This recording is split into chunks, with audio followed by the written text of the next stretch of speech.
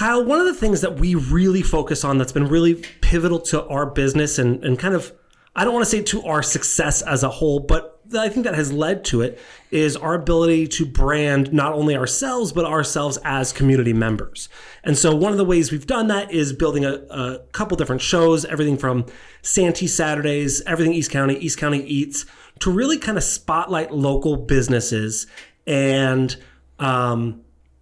integrate ourselves into the community as doing something good for them, but also doing something good for us. So today I kind of wanted to ask you a few questions about that, about the process, how we started, why we did it, why we're doing it, and give some kind of feedback to not even feedback, but kind of a direction for people that as we get into 2026 and in the future, how do we compete against people that are doing things like Zillow and beating us with tech? How do we continue to make it a real estate personal experience, personal engagement? Yeah, I think the timing's perfect for this. This is a week where we've had 3 brand listing leads this week. And when I say brand listing leads, these are people who have heard of us or did research on us and called and said, I'm looking to sell my home.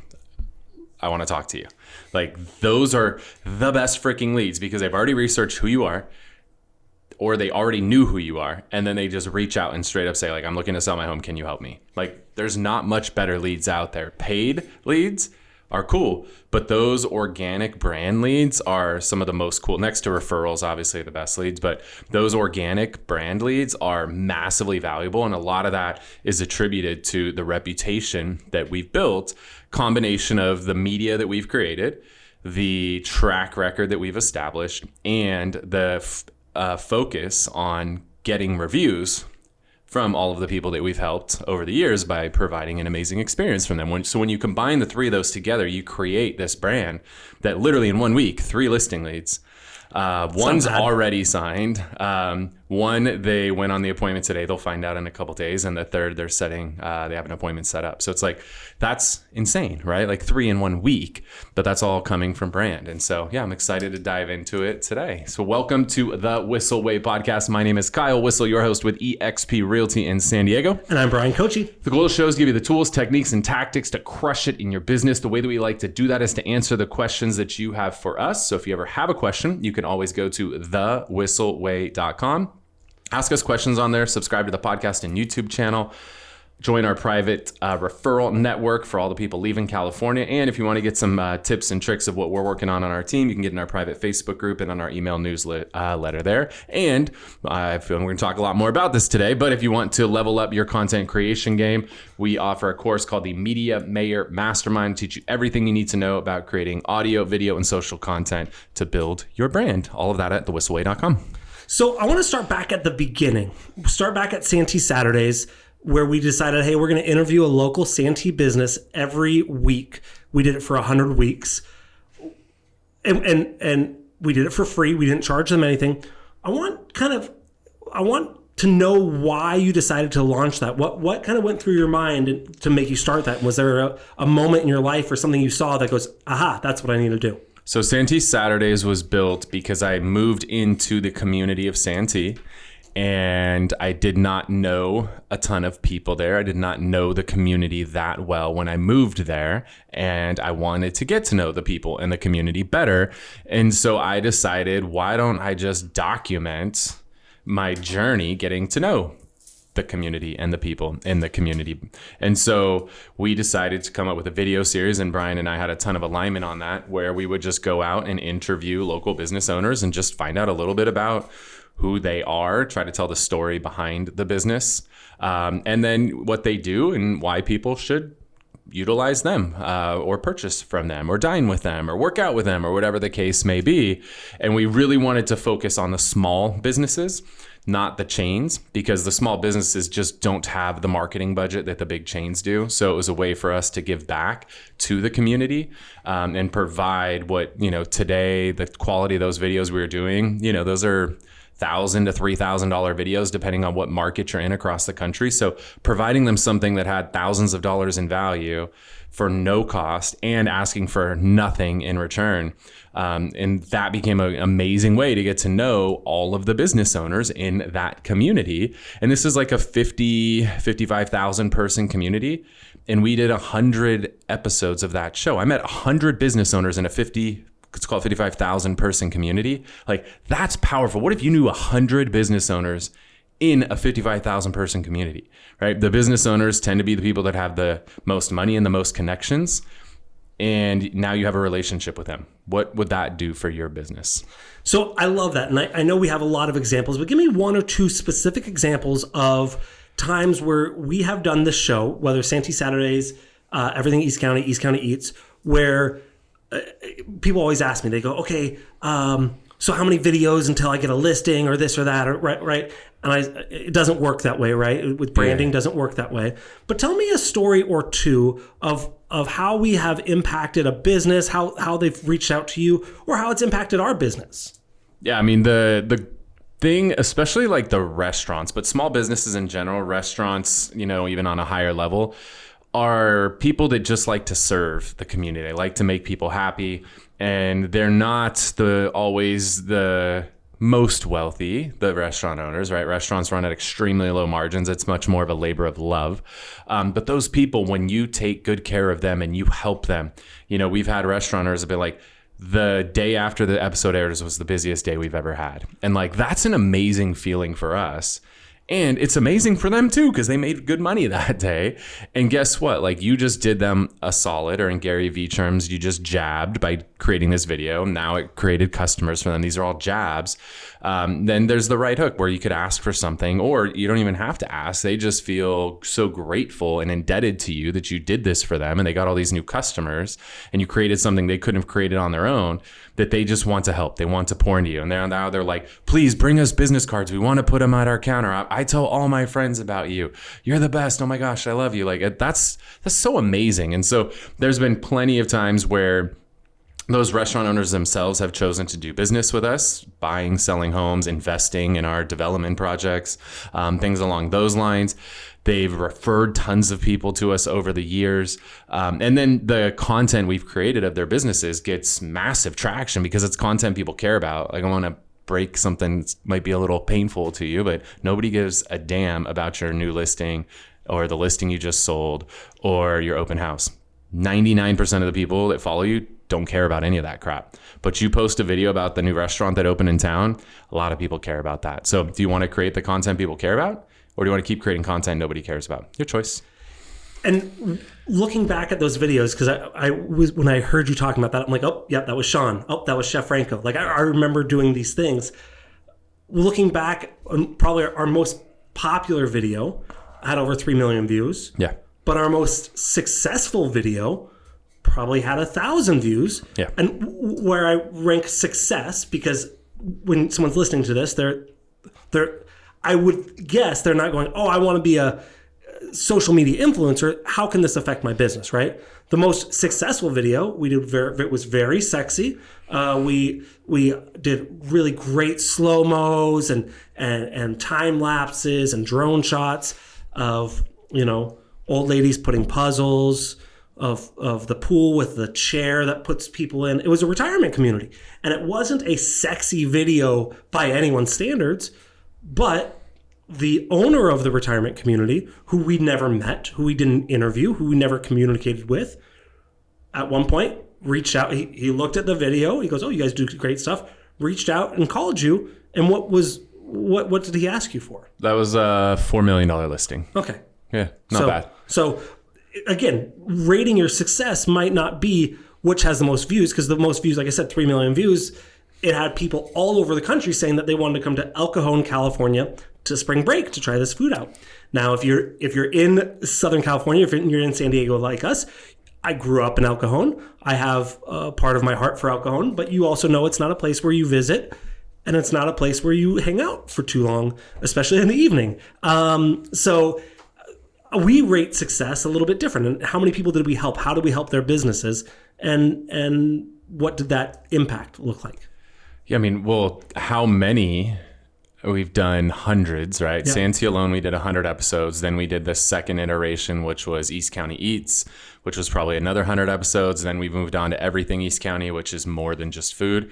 And I don't know, we've done 50 or 100 episodes there. So, I mean, we've literally featured 200, 300 businesses that most of them unlikely could have ever created this type of content for themselves, which is, to me, like, that fills my cup because I love helping people. Like, I have the means to do something that somebody couldn't do on their own. And so to give back to the community in that way, that fills my cup to help them out. So now to have all of these people that are super grateful for what we did for them, and a lot of these businesses, it helped launch their business because we try to also feature a lot of these businesses when they're brand new. And so it helps put them on the map. People have driven by their business and they don't know exactly what they do, or it's a restaurant, they don't know what kind of food they have. And now you show people, and now everybody comes in and boom, everybody now knows. So like that's just massive, right? That's hundreds of business owners that we helped put on the map or helped grow their pin on the map, and bring them new customers. So like all of those relationships, because look, the focus on our team this year is the people who have the most relationships win. Like that's the reality of this business. Like you can go buy all the freaking leads you want. You could have all the video views you want. You could do all that, but like whoever has the most relationships is going to win. So first and foremost, the relationship strategy here is second to none. But then additionally, what it does for the brand, because of the amount of views, right, between Instagram and Facebook and all the other things, there's tens of thousands of followers of people that are consuming this content. The majority of the people consuming the content live in the community already. So there's other strategies that are good for attracting people that are relocating. This is a much better strategy for attracting people that are already in the community that are more relocating locally or interlocating. So if you're in a market, right, California, U-Haul puts their top 50 list out every year of where people are moving to. California is always number 50 on the list. Yep, there's more people moving to Alaska than California. So if you're in a market like that where you don't have a ton of inbound migration, you need to focus on the people that are already here, and this is one of the best ways to do that. Now, I know in the beginning we talked about this and I was like, all right, cool. It's funny because like you said, we had the same idea of let's do businesses of local video, or let's do videos of local businesses. And I remember sitting down, I remember exactly where we were, and I go, okay, cool, Kyle, I want to do this. This is something I've been working on anyways before I even got hired here. How much do we charge? And you said nothing. And I was like, I don't understand how that works. And now as you explain the relationships, and I learned to understand it as we grew.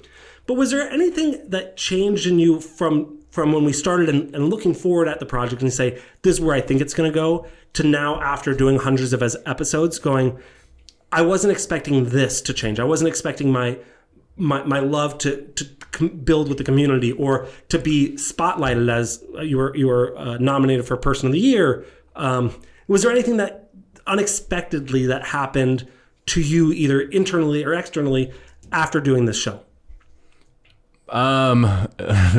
Weird things of like being in restaurants, and I've had restaurants either be terrified of me because they think I'm like a food critic, which I'm not.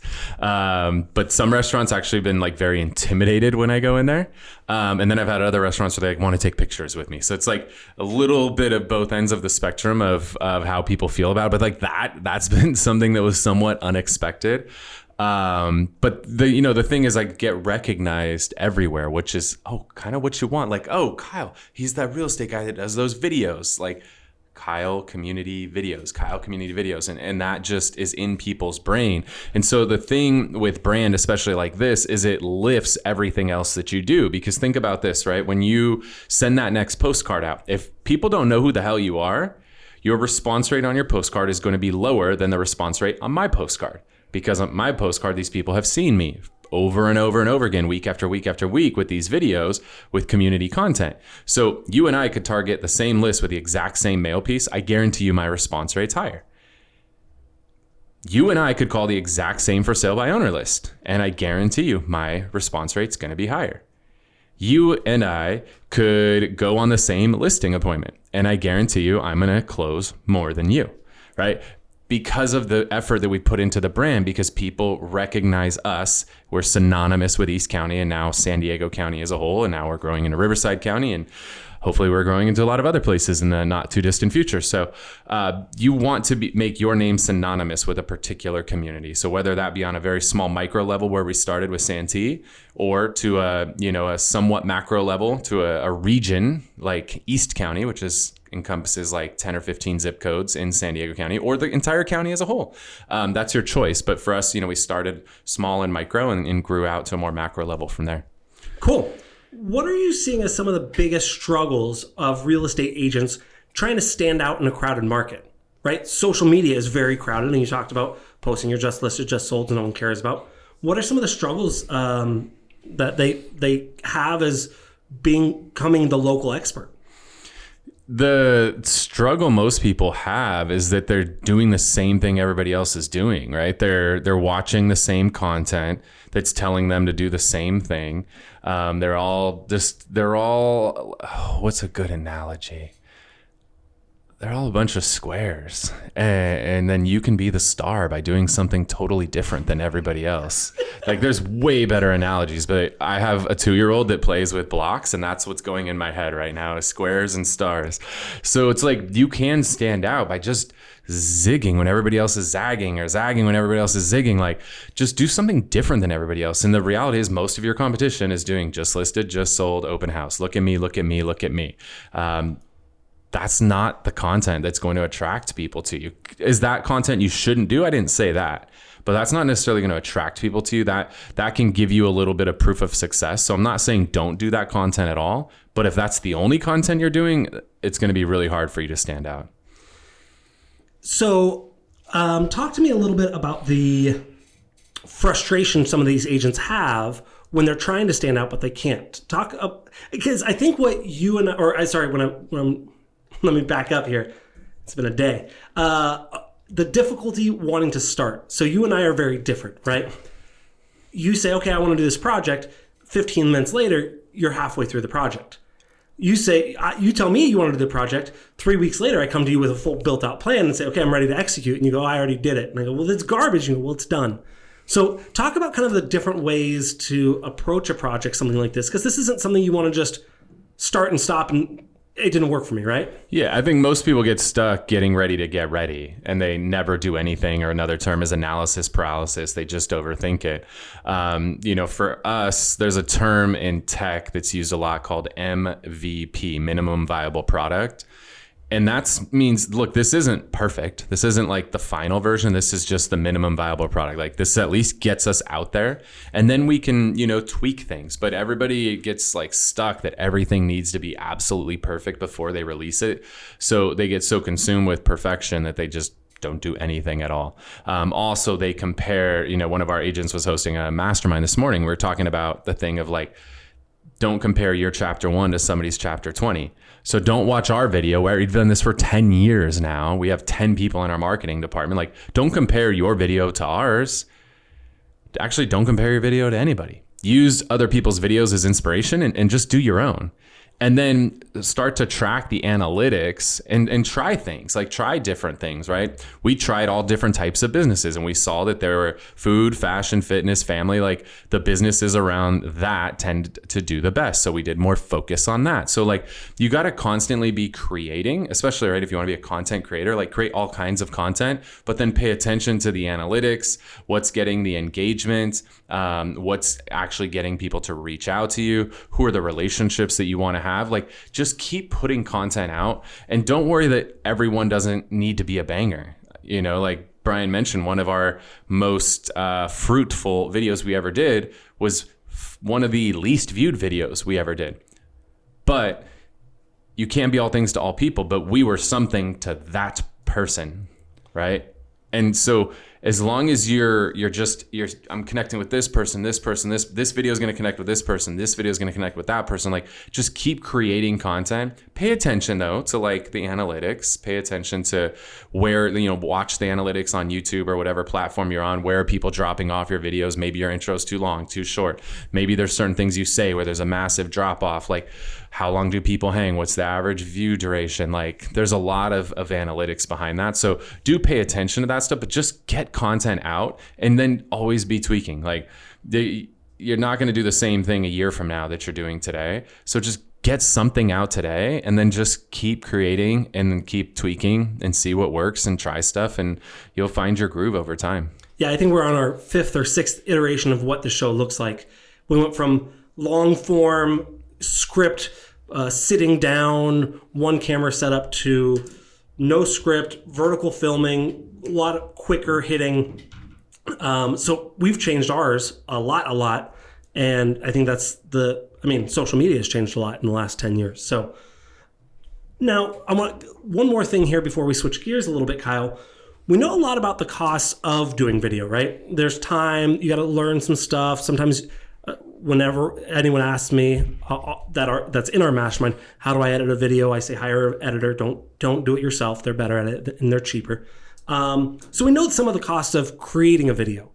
What are some of the costs of not creating videos in your business? What does that look like if an agent says, okay, cool, I'm going to continue to bury my head in the sand.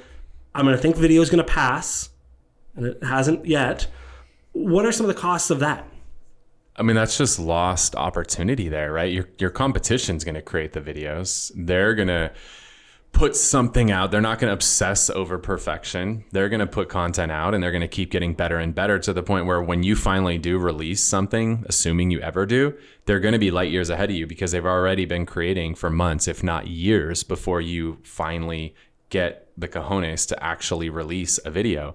And the thing is, like, you talk about people think they have to spend money. Like, honestly, I think it's the worst thing you could do. You talk about this, Brian, where it's like the more camera equipment you have, the less content you create because you're so obsessed, and the amount of time to set everything up is daunting. Like, guys, you probably have it in your hand, in your pocket, in your purse right now. Like, just start creating with this. The cameras are pretty freaking amazing on here. Just set your phone up against a book or up against a wall and just shoot something. Like, it doesn't need to be perfect. Don't overthink it. Brian has always gotten frustrated because when we do these videos at some of these restaurants, like, there's 2 or 3 people that are shooting the content, and then they spend hours and hours editing it and release it. Meanwhile, like, while they were shooting content, I just grab my cell phone and shoot like a little behind the scenes video. Hell, sometimes I shoot them sideways. Sometimes the audio is trash. I got a Bluetooth, headphone in my pocket that I forgot's connected. Like, and my videos get like 25 to 50% of the views that their video got that they had multiple people shoot and spent hours editing.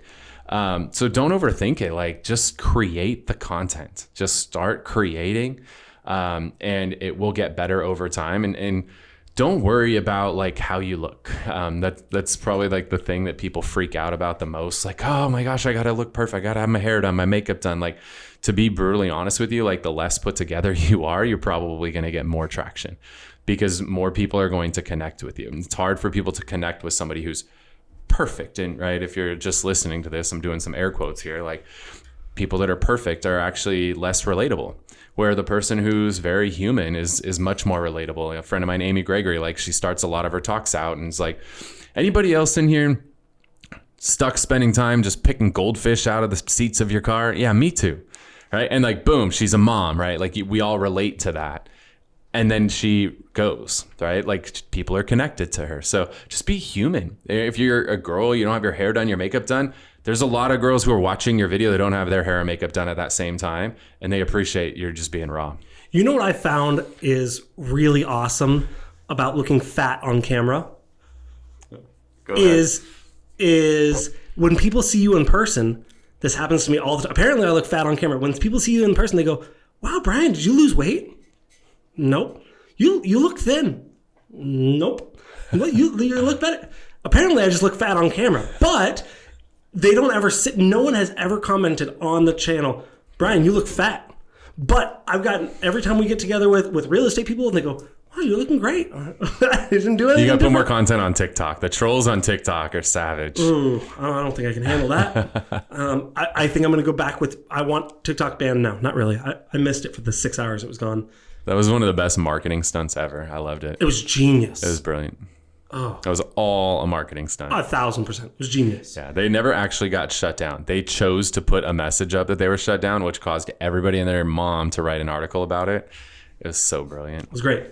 Okay, what do you think the biggest misconception is of real estate agents have about using video content for their business? So the biggest misconception real estate agents have about creating content for their business is their videos have to be perfect. They have to feature a luxury listing.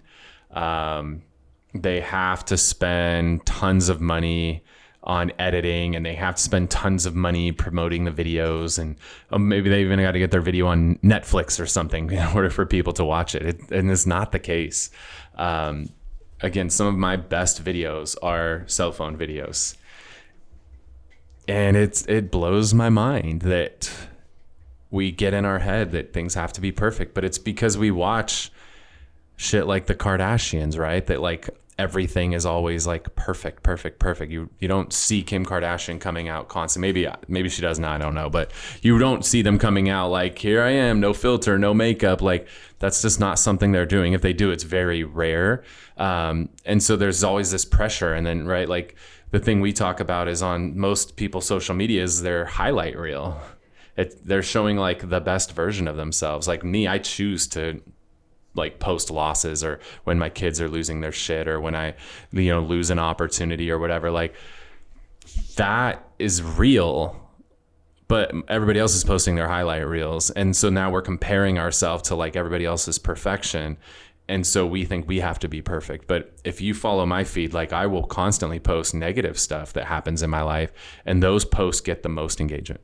Yeah, I heard a phrase once that says, we compare everyone's highlight reel to our behind the scenes. Yeah. And when you do that, it's never going to look good. Like if you look at practice tape from Aaron Rodgers when he was in high school versus another quarterback, Russell Wilson was. Oh, there you go. You knew two quarterbacks. I'm impressed. I'm watching a Netflix documentary. You watch his Super Bowl highlights, like, well, yeah, one is obviously better, but then you can argue who's the better quarterback in real life. I don't know. Yeah, and dude, the thing is, I've had the fortune over the years of meeting a lot of these people that you see on TV or in movies or on social. And one, they're not nearly as attractive in person as they are on social, or as tall, or as good looking. Like there's so much of that stuff is so overly edited, doctored up, the photos, the videos, everything. Like it's not real. It's so fake, but yet you're comparing yourself to that. So I think that you can do more harm than good being on social a lot. Like I don't know anybody who's gotten off social for like a week or two, just taken a little hiatus and come back and be like, God, I miss that. Like no, people are like, hey, it was so good. Like anxiety levels lower, self-esteem higher. Like everybody feels good when they take that break. What would you say to someone who thinks, they're like, all right, Kyle, cool. This is great. I hear you about branding. I hear you about video. That works. That worked for you. But that's not going to work for me in my market. I already have 10 real estate agents that are Insta famous on Instagram. And so it's too saturated. I can't fathom breaking into this industry. I'll give you a really good example because this happened today. I got hit up by somebody that had a referral for a listing here in San Diego, another agent. And they were very clear the person that I assigned it to had to be a female and a Democrat, because they know that the client is extremely progressive and they need somebody that they're going to be able to connect with. So if I connected them with a male who shows up with a freaking Trump flag on his truck, that was going to kill that opportunity. And that's a prime example of how, right, people are going to find their people. So there could be 10 other people. There's people who aren't going to like me for a variety of reasons, right? We won't get into all the protected classes. I got a list of why people don't like you, though. Yeah, we won't go into, but just, all the protected classes, right? Any one of those, somebody could not like me for any one of those many protected classes. But they're going to like somebody else because that person looks like them, aligns with them, has been through what they've been through, whatever the case may be. So no matter how many people are doing it in our market, they're not you. Nobody is you. You are you. You're the only one. You're one of one. There's not another Kyle Whissel in this world. There's not another Bryan Koci in this world. Not maybe same name, but doesn't have that shirt. That's true. I'm pretty sure I'm unique in that. I think this is one of one. You're the only Bryan Koci in this world with that shirt. Maybe the only person with any name with that shirt. But right? That's what I'm saying is you're going to connect with some people and not others, right? And politics is a perfect example, right? Like look at our political system. It's split roughly 50-50. Like the person who runs next year, regardless of who they are, the person that flies the blue flag, roughly 50% of people aren't going to like them. And the person who flies the red flag, roughly 50% of people aren't going to like them. Like that's just the nature of our society, of our world. So just accept it that no matter what you do, roughly 50% of people aren't going to like you. And that's okay. But what does matter is the people that like you really like you for who you are. And they're going to connect with you and they want to be in your world. They want to be in your ecosystem and they want to work with you. How do you respond to the belief that marketing is, that this is good? Again, that's great, Kyle.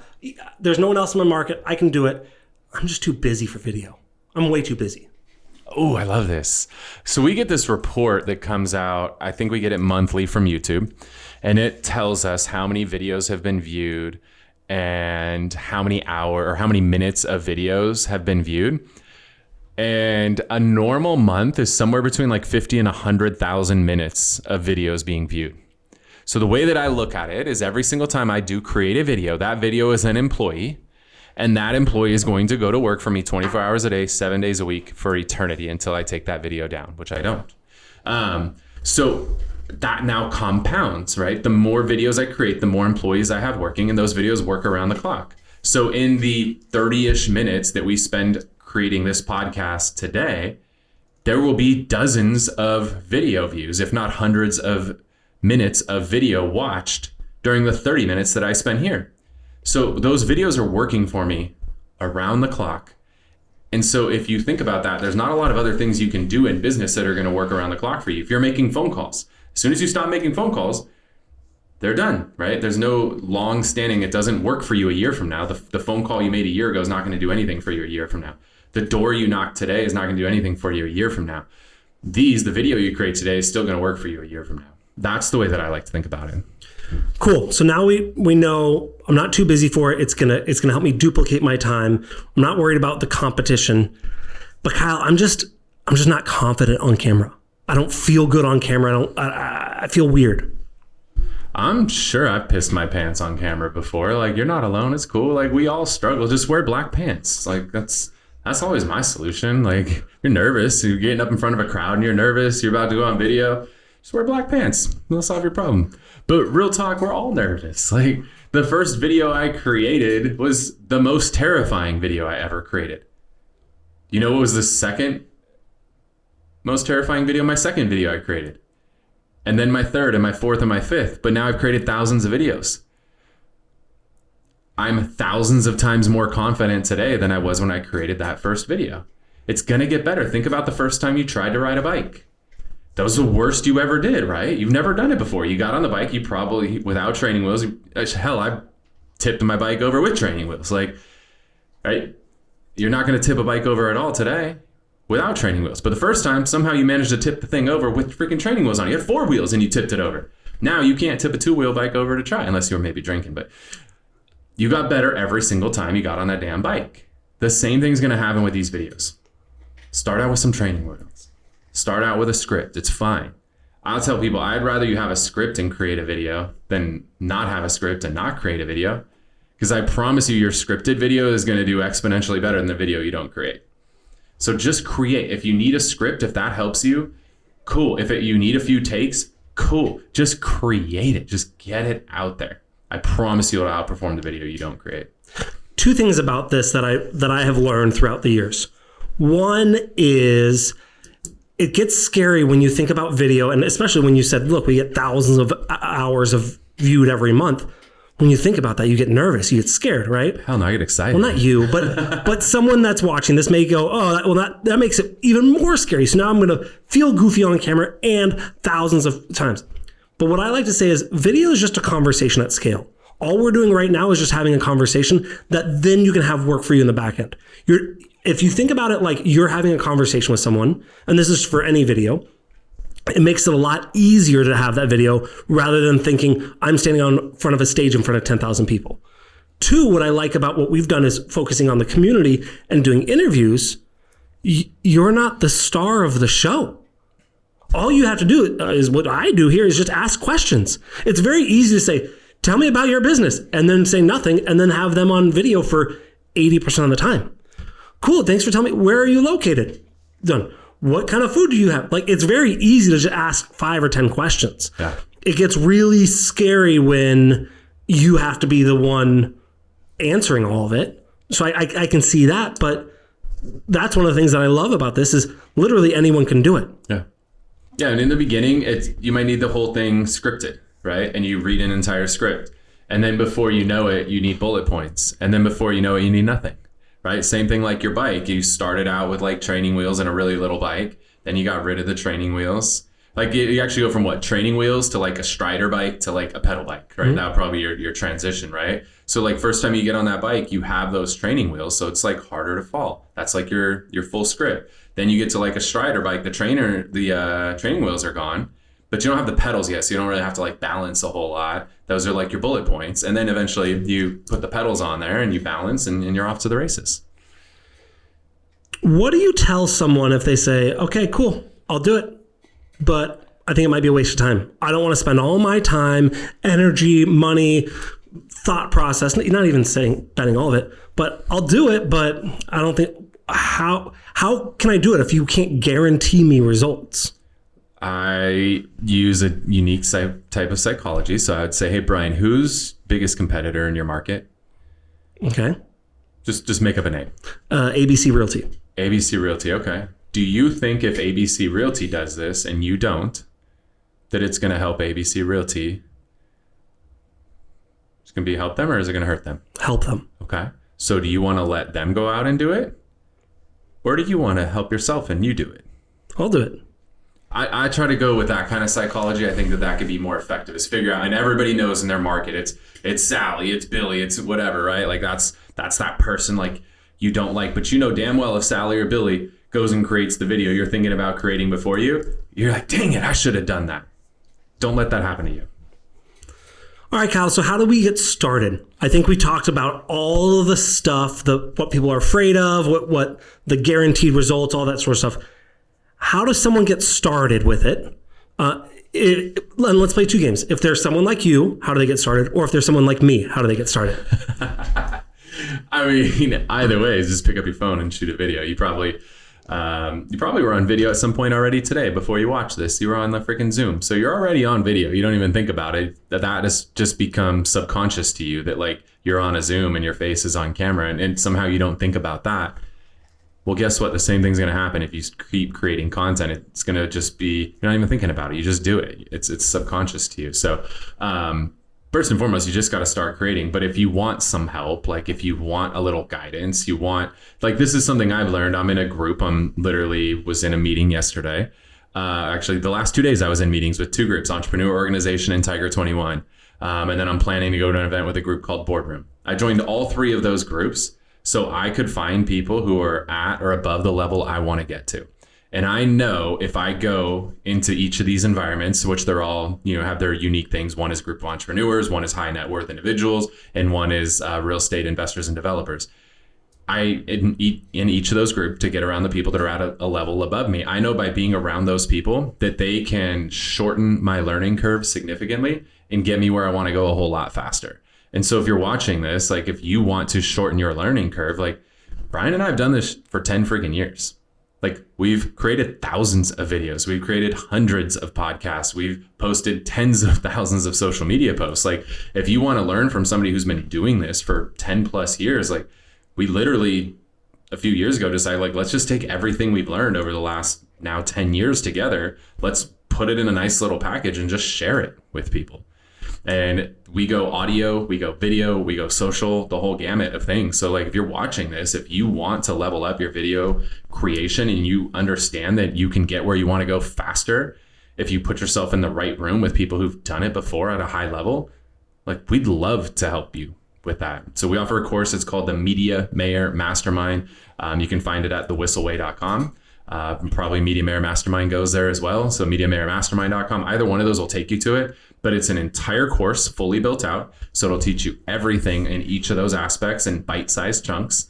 And then in addition to that, you get access to Bryan and I every 2 weeks to mastermind around it. So you'll be able to consume the content on your own at your pace, but then have access to ask us questions, to mastermind with us, to share what you're working on, to get feedback. And then you also have a private Facebook group where you can do the same thing in there and have access on a daily basis. So if that is of interest to you, hey, we'd love the opportunity to help you out, thewhisselway.com.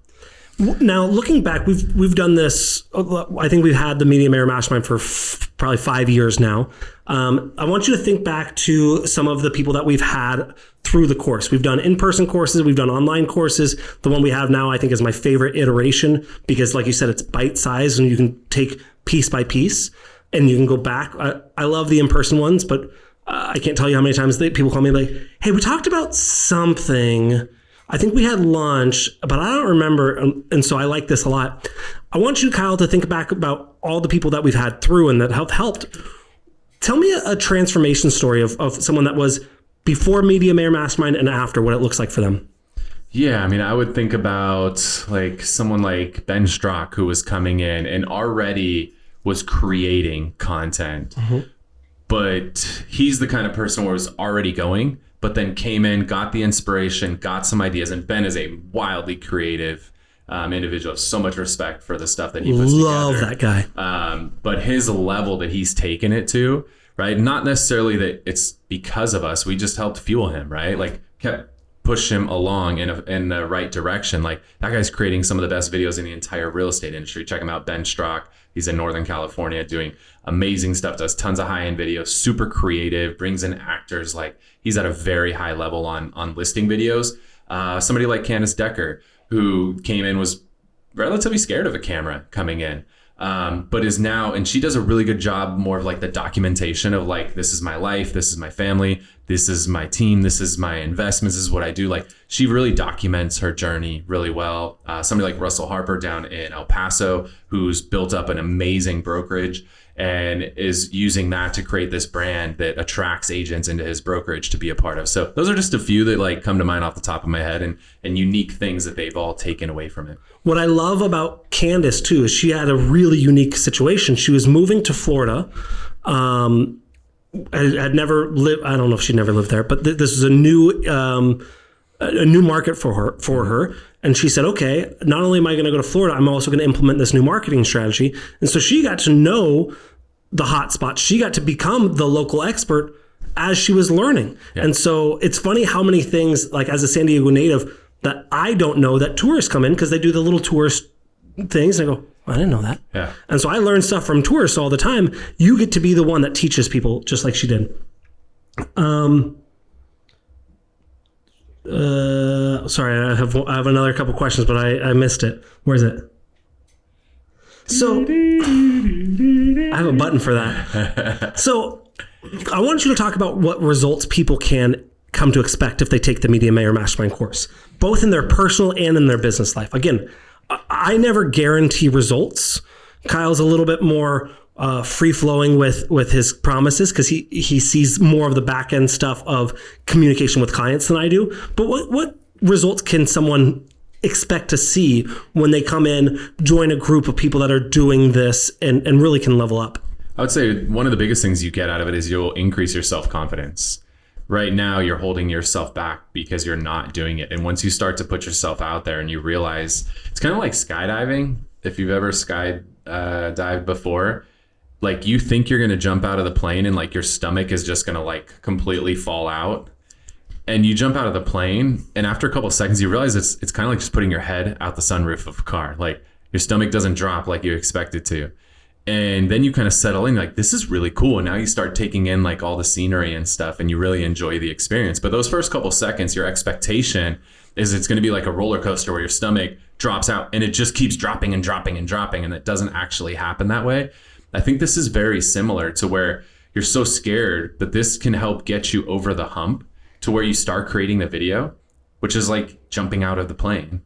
And then you start creating the video and like, this isn't so bad. Like people aren't that mean.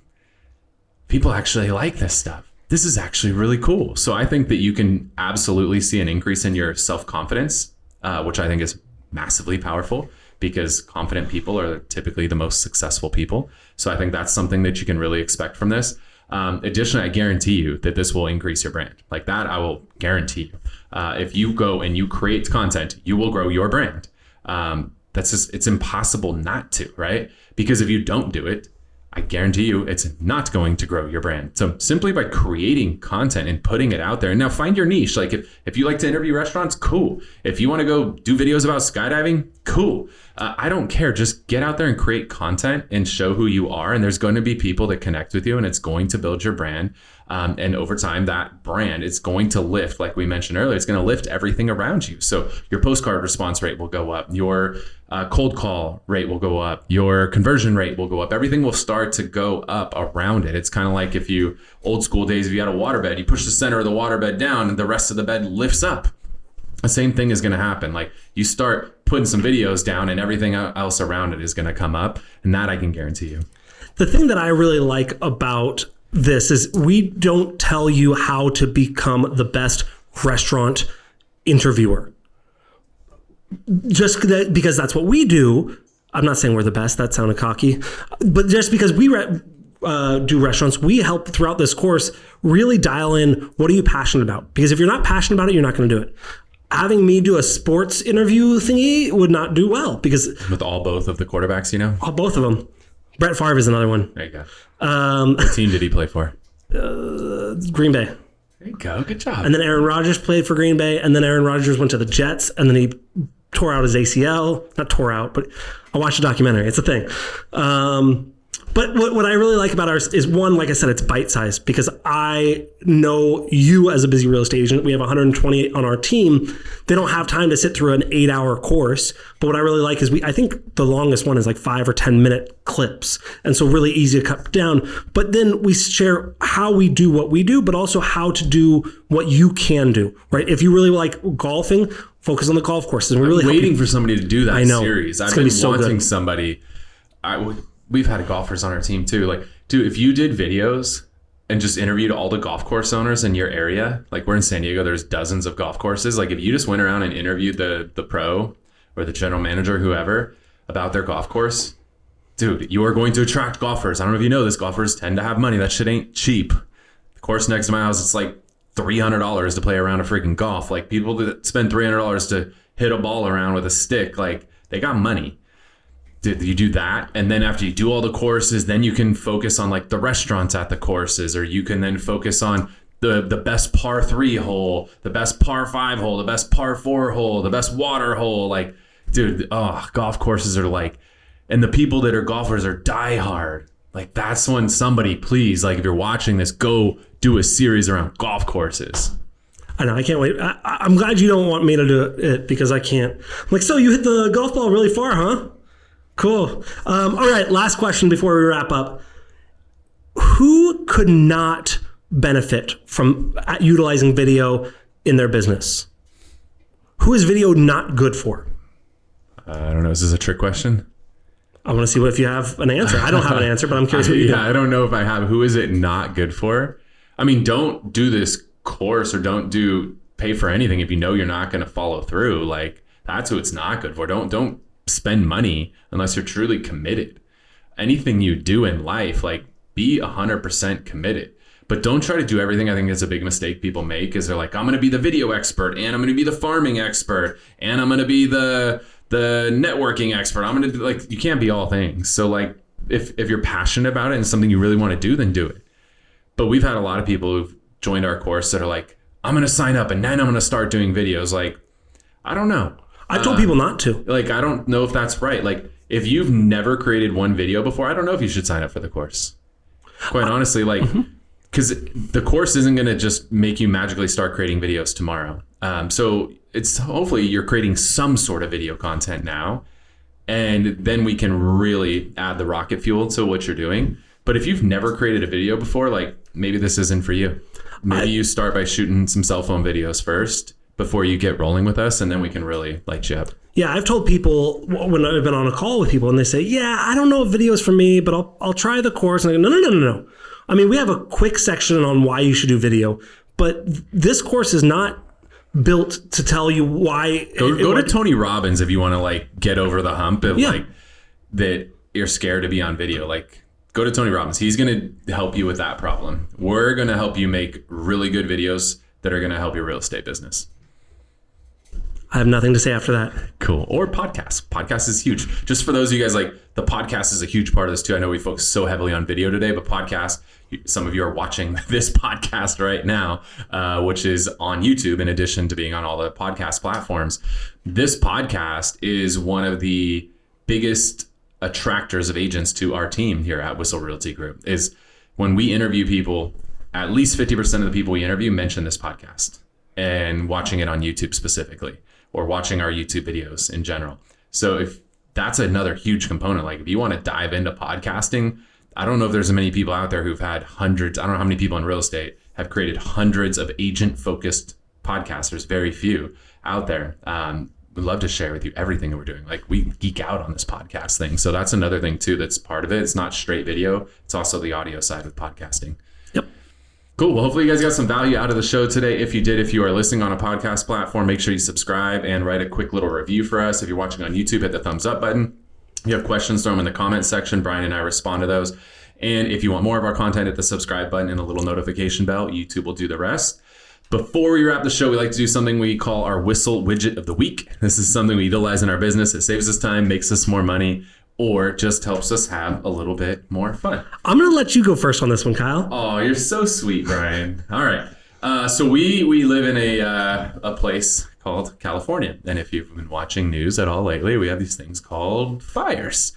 And a lot of them become wildfires. And so something that's been really helpful, there's an app that can alert you anytime there's a fire. They do a really good job updating, like, the winds right now outside.